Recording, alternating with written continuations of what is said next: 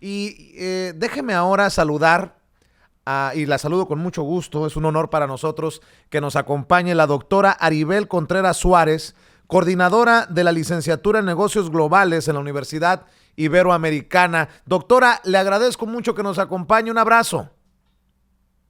Al contrario, qué gusto saludarlos a ti y a todo tu auditorio. Oiga, doctora, a ver, hablemos de retos, hablemos pues, de situaciones que ustedes están analizando. Por ejemplo, ¿qué retos enfrenta la Organización Mundial de Comercio ante la llegada de la nueva directora, un puesto por el que también se estaba candidateando Jesús Seade y que no prosperó? ¿Qué retos se enfrenta en medio de la pandemia una nueva directora general? Me parece muy atinada tu pregunta, porque fíjense qué interesante. Si bien es cierto que el 15 de febrero ya por fin supimos que va a haber una nueva directora general en la Organización Mundial del Comercio, ella tomará posesión de su cargo hasta el próximo 1 de marzo. Los retos a los cuales ella se va a enfrentar básicamente son distintos pilares. Uno de ellos pues es la crisis que ya de por sí al interior este organismo venía viviendo, una crisis generada por el agotamiento ya de este modelo de búsqueda de libre comercio, ahora sí que también pues lamentablemente la ineficacia del órgano de apelación, porque recordaremos que debe de operar con 7 jueces y Estados Unidos en la era Trump pues estuvo deteniendo los relevos. Además de esta crisis, también debemos de considerar que el año pasado, en tiempos de pandemia, ya se venía a venir una ola en picada de la afectación dentro del comercio mundial por el Brexit y también por la confrontación entre China y Estados Unidos. Además, ahora, fíjense qué interesante, otro de los pilares a los cuales esta nigeriana se va a enfrentar, pues es que en esta dinámica de las vacunas, muchos países miembros de este organismo multilateral están imponiendo restricciones a la exportación de vacunas que se generan o se producen al interior de su país o bien del bloque comercial, como es el caso de Estados Unidos o de la Unión Europea, porque no están permitiendo que estas vacunas salgan sin ellos antes tener la certeza del Claro. consumo local. Y el cuarto pilar es importante que le compartamos a tu auditorio de que desde mayo del año pasado, India y Sudáfrica están poniendo sobre la mesa el hecho de que se pueda exentar una parte pequeña del acuerdo de derechos de propiedad intelectual relativos al comercio que habla específicamente de las patentes a los antígenos.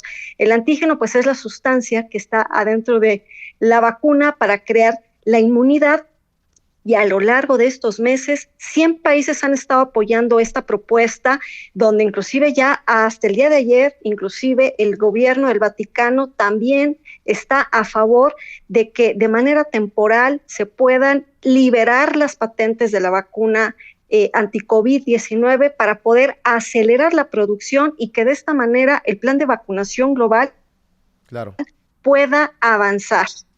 Qué interesante. Oiga, y ya que hablaba de la confrontación, de la competencia Estados Unidos-China, ¿cómo va eso? Porque México pareciera recobrar protagonismo a nivel internacional y pues Andrés Manuel López Obrador lo mismo ha planteado en la ONU, el acaparamiento, lleva al gobierno de Joe Biden a comprometer 4,000 millones de dólares luego de la queja de México. Vemos a una China que nos manda sus vacunas. O sea, México está en medio de estas fuerzas que compiten, que se confrontan. ¿Cómo va eso? Me encanta tu pregunta porque finalmente a lo largo justamente de esta pandemia hemos venido viendo este ajedrez geopolítico donde cada país mueve las fichas de acuerdo a su jugada. Algo importante aquí que debemos de visualizar es que México, al igual que otros países, han venido generando lo que es la diplomacia de las vacunas.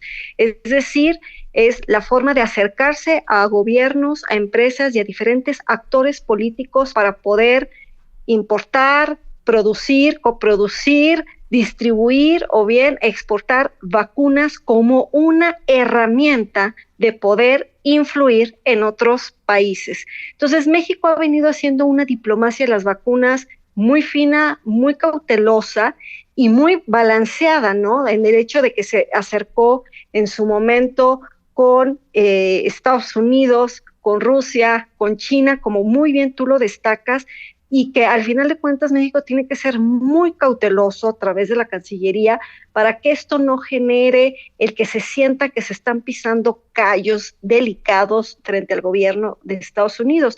Sin embargo, pues ya Estados Unidos ha sido muy claro al comentar que primero su producción, para ellos su prioridad pues es la vacunación de su país, y más adelante ya estarán pensando en que puedan acercarse a otros países. Sin embargo, estos vacíos que dejó Trump en su mandato, pues han sido, por supuesto, muy bien aprovechados por China, y en tiempos de pandemia, pues China, por supuesto, ha sido un gran jugador en este movimiento de las fichas. Sin embargo, ojo, que aquí en este juego de ajedrez geopolítico, el jaque mate no se debe de dar entre rivales, entre países. Aquí el jaque mate debe de ser en contra del virus para poder contener la pandemia.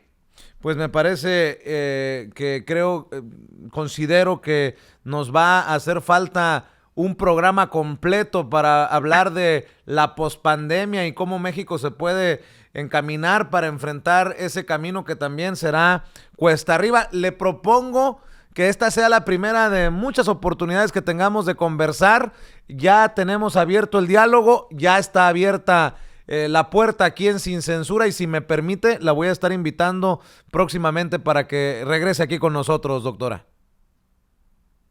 Será un honor, un privilegio poder acompañarlos con mucho gusto, y sobre todo me encantará compartirle a tu auditorio una propuesta que traigo desde el año pasado, que es el nuevo capítulo en las relaciones internacionales que he denominado la Segunda Guerra Fría 2.0. Así Ándale. que es un compromiso de mi parte con ustedes, y encantada de poder acompañarlos nuevamente. Claro que sí, le agradezco a la doctora Aribel Contreras Suárez, coordinadora de la licenciatura en Negocios Globales en la Universidad Iberoamericana, que hable con nosotros sin censura. Buenas noches, que descanse, doctora, y vámonos.